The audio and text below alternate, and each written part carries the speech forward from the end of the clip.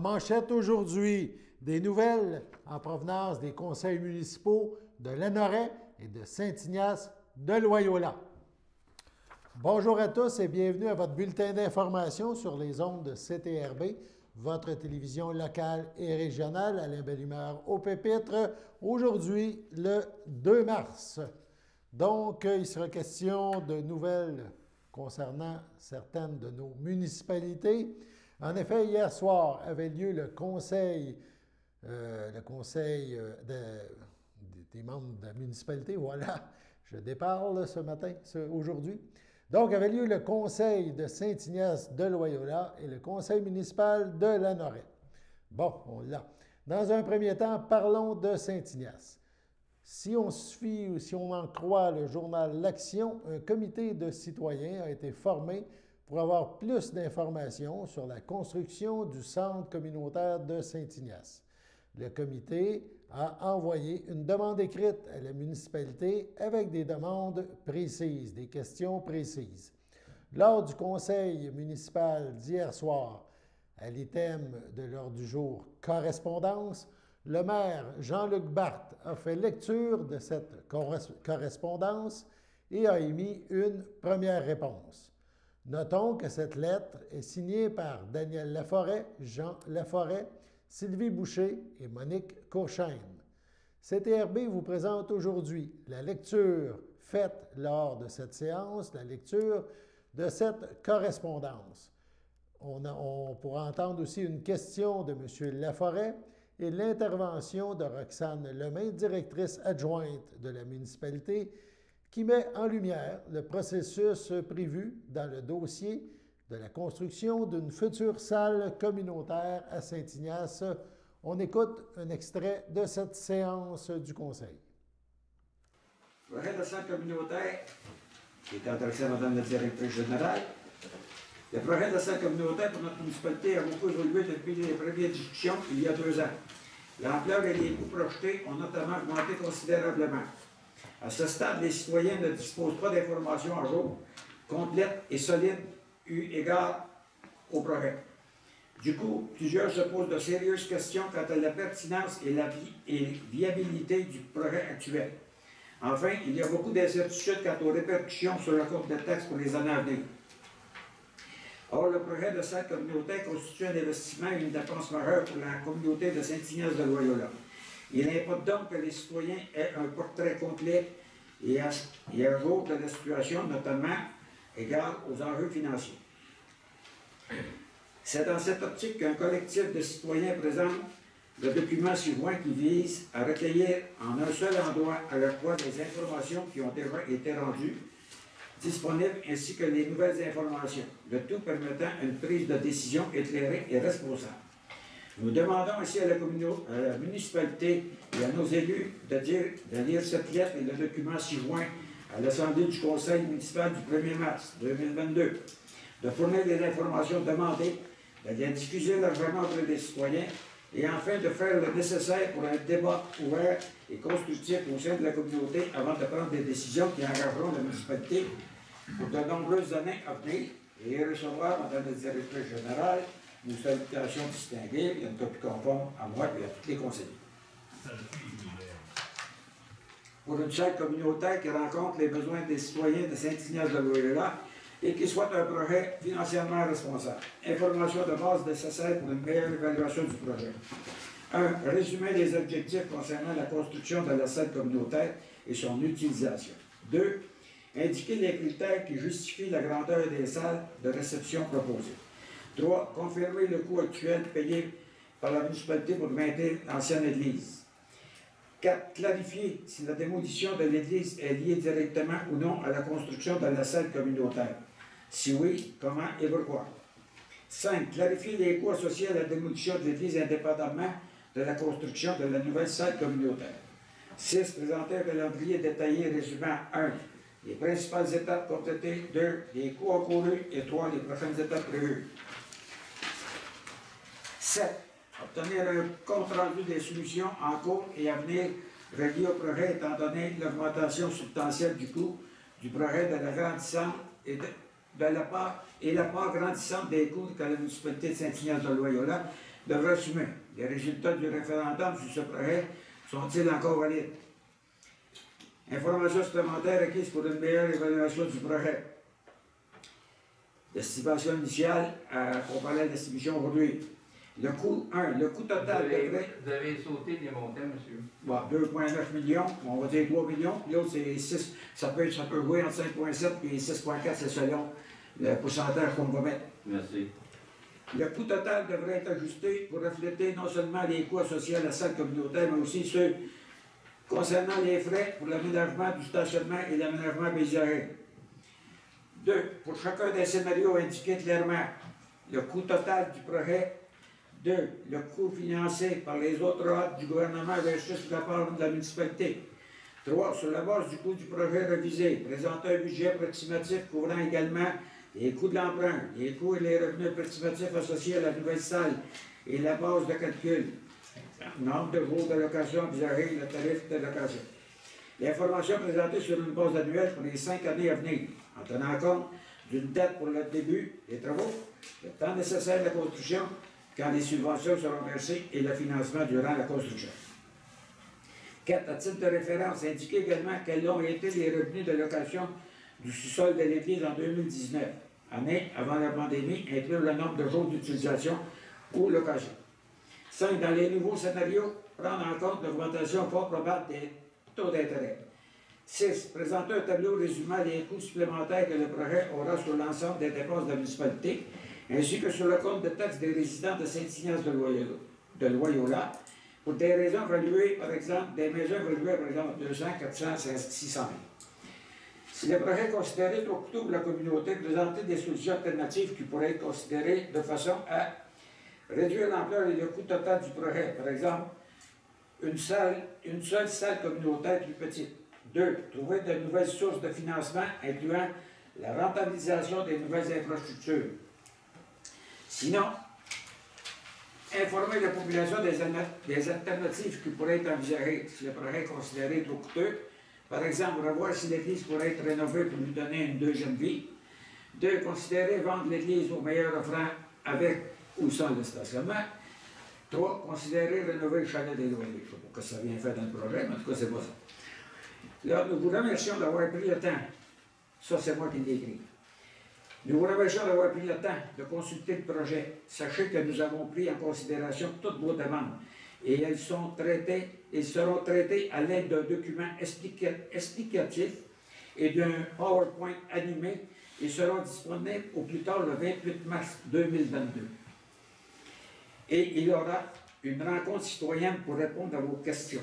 Je dis bien pour répondre à vos questions le 3 avril 2022 à 2 h à l'église de Saint-Ignace de Loyola. Seulement, je veux savoir c'est qui les personnes ou les qui ont envoyé les lettres. Là, à l'heure actuelle, j'ai 4 personnes qui ont suppléé. Je te dis 4 personnes. Ils disent le comité des citoyens. Il y a Mme Monique Cochrain. Oui. Puis les autres, vous dire bien franchement. Daniel Laforêt, Sylvie Boucher, Jean Laforêt. C'est ça, c'est parce que moi, Oui, c'est des signatures. On n'a pas écrit en accordé. donc, je me doutais, il y en a que je me doutais, je savais que c'était Boucher, mais les deux autres, je ne vais pas vous le dire. C'est pas d'autre que ça. Et là, je vais être franc avec vous. Si vous me questionnez sur le projet de l'Église, je n'ai aucune réponse à vous donner présentement. Pourquoi? Parce que on va ouvrir les appels d'offres le 16 au matin. Un coup que les appels d'offres vont être ouverts, le document il est beaucoup avancé. Là, on va tout mettre les chiffres dedans. Tout ce que vous avez demandé va être dedans. Et au plus tard, le 28, comme je vous ai dit, le 28 mars, vous allez avoir toute l'information nécessaire. Puis, le 3 avril, l'église à 2 h, on va être là pour répondre à vos questions. La décision a été... La décision n'est pas prise, monsieur. Non, non, mais quand est-ce qu'elle a été prise? Dans ces dates-là, là. Nous autres, là, on va ouvrir les appels d'offres. Après ça, on va... Appelez les appels d'offres. Pardon? Appelez les appels d'offres. Après les appels d'offres, parce qu'on ne peut pas prendre de décision, j'ai pas de chiffre. OK. Mais si nous allons les appels d'offres, on va voir ce que c'est en est, puis là, je pense que le lendemain ou le surlendemain, on se réunit le conseil, puis c'est là qu'on va décider ce qu'on fait. Ah oui, avec la projection comme ça, des arguments qu'on va donner, qu'on peut donner, là, il n'y aura rien qui va... Ça vient tout avoir ça dans le 28. Tout ce qui est écrit là. Oui, mais la décision, ça ne peut pas changer, c'est le Saint-Brise, c'est ça, avec le problème. Si vous prenez une décision, On veut là, savoir le 3. Le 3, on veut t'aider pour tous les citoyens, vous allez venir poser des questions que vous voulez. est-ce qu'on ne pourra pas vous demander de retarder la décision compte tenu qu'on va avoir des arguments? parce que si On ne je- peut pas vous demander ça? Moi, je ne suis pas d'accord avec qu'on va retarder la décision. Si le conseil décide qu'on va de l'avant ou on n'y va pas, parce que le montant d'argent, la subvention qu'on a du gouvernement est là jusqu'au mois de septembre. Si on ne fait rien, il n'y a plus. Mais c'est difficile de vous demander de faire un moratoire de la décision concernant les terres, de demander après des arguments qu'on va faire. Selon moi, La décision, on va se prendre. Chez la forêt, on va se prendre. Il y a une semaine qui va venir avant. Parce que moi, la première des choses, écoute, les appels d'offres est ouvert. Là. Hein? Si le conseil. Roxane veut parler. Oui. Je voulais pas vous couper, M. Bach, mais dans le fond, vous pouvez mentionner, oui, les appels d'offres vont être ouverts le 16, vous allez en discuter le 17. Si le conseil décide qu'il ne va pas de l'avant, ben nous, ça ne sert à rien qu'on fasse tous ces documents-là. En fait, c'est ça qui est expliqué. Mais la décision officielle, l'adjudication du contrat va être faite à l'Assemblée du mois d'avril, qui dans le fond, fait que la rencontre citoyenne a lieu avant l'adjudication du contrat. Donc, pour répondre à monsieur, en fait, le conseil a quand même besoin de statuer, mais officiellement, l'adjudication du contrat va avoir lieu à l'Assemblée du mois d'avril. Oui. Donc, on va quand même entendre vos commentaires avant de passer une résolution quelconque. Aussi, lorsque les appels d'offres vont être ouverts, c'est qu'on ne donnera pas de contrat de même. Là. Si le conseil décide d'aller de l'avant, ça va être conditionnel à ce que le ministère nous envoie comme quoi on a la subvention, et ainsi de suite. C'est de la même chose comme les autres règlements d'emploi qu'on a fait, c'est tout le temps conditionnel, excepté pour les étangs, on n'a pas le choix. Il faut aller de l'avant, il faut les faire vider. Ben, comme Laurent Saint-Pierre, si le ministère des Transports il arrive, on a juste une lettre comme quoi on était subventionné à 1 134 000. S'il arrive et il nous dit qu'on n'a plus la subvention, ben, Laurent Saint-Pierre, on arrête tout ça là. On ne fait plus rien. Nous reviendrons demain avec d'autres interventions de citoyens en lien avec ce dossier important à Saint-Ignace de Loyola. Après la pause, nous allons parler cette fois du conseil municipal de Lanoraie, donc à suivre dans quelques instants. Le samedi matin, dès 9h30, nos téléspectateurs sont invités au Super Bingo télévisé diffusé de nos studios de Berthierville. Depuis maintenant une vingtaine d'années, plusieurs adeptes de la télévision régionale se sont partagés un montant de 600 $ disponible chaque semaine lors de cette joute de bingo télévisé. Un animateur et 3 bénévoles se succèdent à la caméra dans le but de vous faire passer une petite heure agréable et payante le samedi matin. On peut se procurer les cartes de jeu chez les dépositaires autorisés participants, c'est-à-dire à Berthierville, le dépanneur Formule 1 rue Gilles Villeneuve, le marché IGA Extra sur la rue Gabrielle Brissette, le marché Métro rue Notre-Dame, la pharmacie Proxime rue Frontenac, le garage Pétroté sur la rue Gilles Villeneuve et à Saint-Ignace de Loyola, le marché Aldo rang Saint-Michel, le dépanneur Le Magasin Esso sur le chemin de la Traverse. C'est un rendez-vous tous les samedis matins à 9h30 sur les ondes de CTRB, votre télévision régionale et communautaire.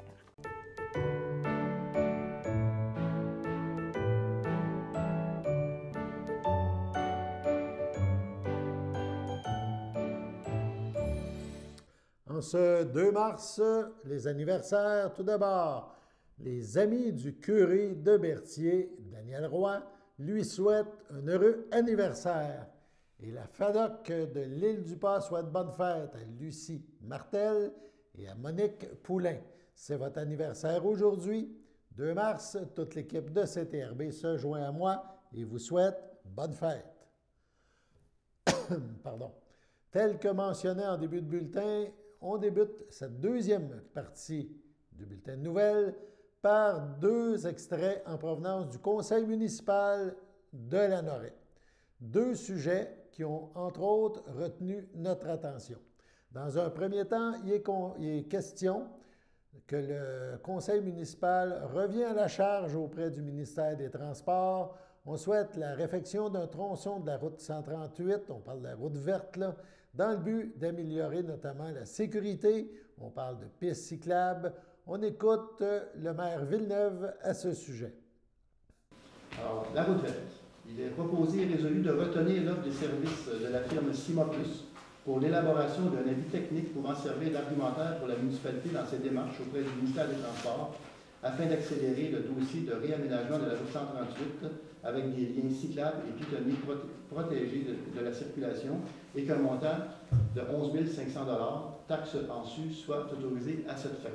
Alors, vous comprendrez que l'idée, dans le fond, c'est de pouvoir démontrer, peut-être que le résultat de l'étude nous dira que tout est beau, tout est sécuritaire, j'en serais fort étonné.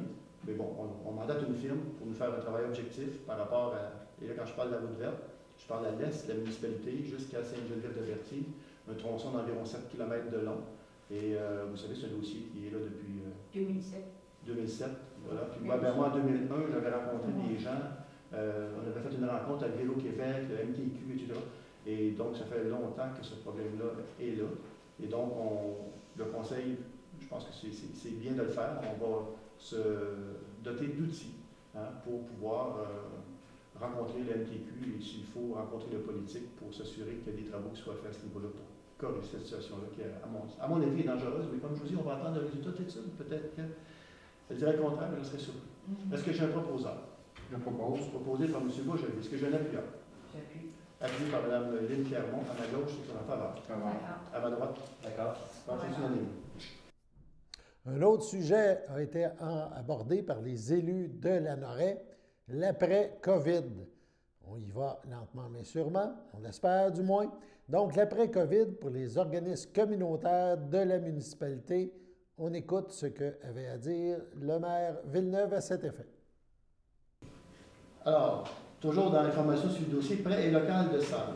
Considérant les récents assouplissements annoncés en regard de la COVID-19, considérant la résolution 2020-08-302, considérant qu'il y aura lieu d'adopter une politique concernant le prêt de salles aux organismes et partenaires, en conséquence, proposé et résolu, de lever les restrictions imposées par la résolution 2020-08-302, d'adopter les lignes directrices suivantes dans l'attente de l'adoption d'une politique à ce sujet. Un organisme, et là voici ce qu'on propose dans la résolution, un organisme ou un partenaire de la municipalité peut procéder, sans frais, à la location d'une salle, à l'exception de la salle polyvalente du pavillon Jean Bourdon, si les conditions suivantes sont réunies. A. L'organisme ou le partenaire demeure sur le territoire de la municipalité de Lanoraie ou œuvre sur celui-ci. L'organisme ou le partenaire est à but non lucratif. La plage horaire visée n'interfère pas avec les autres activités de la municipalité. La plage horaire est située à l'intérieur des heures d'ouverture habituelles au public de l'immeuble ou de la partie d'immeuble où est située la salle. En ce qui concerne la salle polyvalente du pavillon Jean Bourdon, une réservation peut être effectuée sans frais, au maximum une fois l'an, sous réserve des conditions A et C. Donc plutôt de A à C. Voilà. Ben, tout simplement, on peut permettre aux gens d'avoir accès aux salles. Le COVID va passer. Et ceci étant dit, c'est une bonne nouvelle en soi. Et on peut permettre aux gens justement d'avoir accès à des lieux pour se rencontrer, pour se réunir. Je pense qu'il va y avoir une effervescence après les 2 dernières années. Là. Alors, on peut permettre aux gens d'avoir accès à ces locaux-là. Et est-ce que j'ai des proposants ou un proposant? Proposé par Mme Ouellet, un appuyeur. J'appuie. Appuyé par M. Lavallée. À ma gauche, c'est en faveur. À ma droite? D'accord. Alors, c'est unanime. Vous aimez le cinéma? Donc, c'est le retour des Petites Vues au Centre d'action bénévole d'Autrey-le-Cabas. Et demain, le 3 mars, c'est le film Joulix qui vous est présenté à compter de 13h30. Un film réalisé par Marie-Lou Wolfe. Ce film met en vedette Lilou Roy-Lanouette, Jeanne Roux-Côté, Victor Andrés Trélès-Turgeon, Christiane Pasquier, Michel Mongeau, Jérémy Herp, Mélissa Toussaint et Paul Amarani. Oui, voilà. On regarde la bande-annonce. Dans la vie, il faut tenir debout toute seule. Parce que les autres, ils seront pas toujours là pour t'empêcher de tomber. Et l'amour fou, c'est quand quelqu'un te prend dans ses bras, puis tous ceux les malheureux en toi font moins mal et crient moins fort. Il y a des choses comme ça qui te rendent trop heureuse. La vie normale, ça fait du bruit. Alors des fois, il fallait la faire taire. Je veux pas pleurer, va tenir debout toute seule. Il paraît que quand on part pour toujours, il faut rien laisser derrière. Police provinciale, on a une petite fille ici, probablement une fugue. Je suis pas une fugue. Probablement une petite fille qui faisait du tourisme de nuit à Bessic, sa voie ferrée.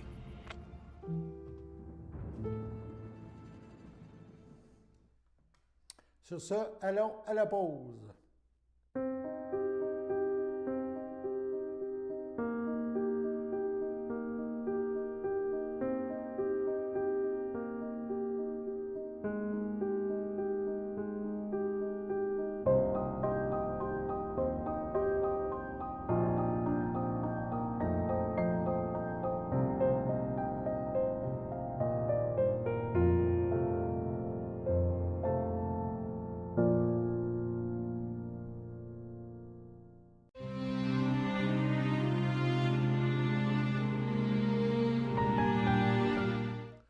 Au CHEDL de Saint-Charles-Borromée, le 23 février dernier, à 83 ans, est décédée Mme Lorraine Hainaut, fille de feu Lucien Edmond Hainaut et de feu Marguerite Clermont, demeurant à Berthierville. Elle laisse dans le deuil ses sœurs, ses frères, ses belles-sœurs et beaux-frères, Claire Hainaut, Azélus Bellumeur, Mariette Hainaut, Denise Hainaut, feu Omer Doucet, André Hainaut, Lucie Frappier, Armand Hainaut, Marie Pellerin, Annette Hainaut, Régent Dauphin, ses neveux-nièces et ses nièces, Daniel, Serge et Alain Bellumeur, Martin et Marie-Claude Fafard, Dominique et Guylaine Doucet, Marc-André et Éric Hainaut et leurs conjoints-conjointes, ainsi que plusieurs autres parents et amis. La famille vous accueillera samedi le 19 mars en l'église Sainte-Geneviève de Berthier. Dès 9h30, suivront les funérailles. À 10h30, à l'église. Madame Hainaut sera inhumée au cimetière de Berthier à une date ultérieure. Au CHSLD Le Château de Berthier, le 23 février, à 91 ans, est décédée Mme Mariette Perrier, épouse de Guy Dupuis, demeurant à Berthierville, autrefois de Saint-Cuthbert. Elle laisse dans le deuil, outre son époux, ses enfants Francine Dupuis, Marcel Pichette, Pierre Dupuis, Daniel Tremblay, Louise Dupuis, Denis Paquin, Louis Dupuis, Linda Brizard, ses petits-enfants Martin et Lucie Pichette, Fanny et Sébastien Dupuis, François, Benoît et Marilyn Bellumeur, Michel Dupuis et ses arrière-petits-enfants, ses sœurs Claire Perrier, feu Maurice Leclerc, Réjeanne Perrier, feu Pierre Lefebvre, Carmen Perrier, Mike Petrelli, ainsi que plusieurs neveux, nièces, autres parents et amis. Un accueil se fera le vendredi 4 mars au complexe funéraire Efterio à Berthierville. Ça se déroulera sur invitation seulement. Suivra une liturgie en la chapelle du complexe, et cela en toute intimité. Les cendres de Mme Perrier seront déposées au columbarium de Berthierville. Au CHSLD Le Château de Berthier, le 17 février, à 86 ans, est décédée Mme Marie-Claire Bérard, épouse de Alfred Turcotte, demeurant à Saint-Cuthbert. Lui a précédé son fils Bruno. Elle laisse dans le deuil, outre ses époux, ses enfants, Serge Turcotte, Daniel Bergeron, Chantal Turcotte et Gaétan Turcotte, ses petits-enfants Anne-Sophie, Marie-Alexis, Maxime, Vincent, Myriam et Carl, sa sœur, ses frères et ses belles-sœurs, Muriel Bérard, Philippe Bérard, feu André Gauthier, Aldéo Bérard, Nicole Bertrand, Gisèle Turcotte, feu Étienne Laporte, Monique Turcotte, Janine Morel, feu Jean Turcotte, ainsi que plusieurs neveux et nièces, autres parents et amis. La famille vous accueillera samedi, le 5 mars, dès 13h, en la chapelle du complexe funéraire Efterio, situé au 741 rue Notre-Dame à Berthierville. Suivra une liturgie de la parole à 14h30. Mme Bérard Turcotte sera inhumée au cimetière de Saint-Cuthbert à une date ultérieure. À Saint-Barthélemy, le 20 février, à l'âge de 77 ans, est décédé M. Claude Pépin, demeurant à Saint-Barthélemy. Lui a précédé sa sœur Denise. Il laisse dans le deuil son fils, Benoît Pépin, ses sœurs, son frère, ses beaux-frères, Lise Pépin, Yves Pépin, Rolando Bahamondes, Claudette Pépin, Nicole Pépin, Denis Auclair, Ginette Pépin, ainsi que plusieurs neveux, nièces, autres parents et amis. La famille vous accueillera samedi le 12 mars, dès midi, au complexe funéraire Efterio situé au 741 rue Notre-Dame à Berthierville. Suivra une liturgie de la parole en la chapelle du complexe à 14 h. À son domicile de Masquinongé, le 28 janvier, à 43 ans, est décédée Kim Jalette, fille de Francine Trudel et de Jean Jalette, demeurant à Masquinongé. Elle laisse dans le deuil, outre ses parents, sa fille Alicia Cormier, le père de Alicia, Bruno Cormier, sa sœur et son frère Sandra Jalette et Jean Junior Jalette, ainsi que plusieurs oncles, tantes, cousins, cousines, autres parents et amis. La famille vous accueillera samedi le 12 mars dès 13 h au complexe Thériault à Berthierville. Un hommage aura lieu au complexe à 16 h. Sur ce, on passe à la météo.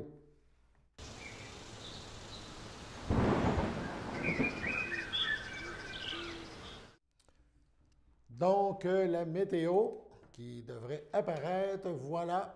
En ce mercredi soir, quelques flocons de neige, un peu saupoudrés, si on peut dire, 1 cm environ.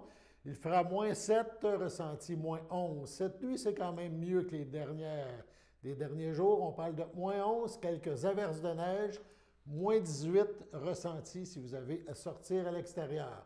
Le soleil sera de retour jeudi matin avec quelques passages nuageux, -11, ressenti -18 en matinée. En après-midi, c'est davantage de soleil, plus de soleil, ça va faire du bien. -10, ressenti -17, ciel généralement dégagé demain soir. Donc, quelques flocons encore qui vont s'ajouter à la belle neige blanche des dernières heures et malgré tout, rien d'alarmant. Sur ce, on vous invite à être des nôtres demain pour la prochaine édition du bulletin sur les ondes de CTRB, votre télévision locale et régionale. D'autres nouvelles de Saint-Ignace, d'autres nouvelles de Lanoraie et on poursuit nos informations sur plusieurs autres sujets. Donc, à suivre. On se retrouve demain à la belle humeur au Pépites. Au revoir.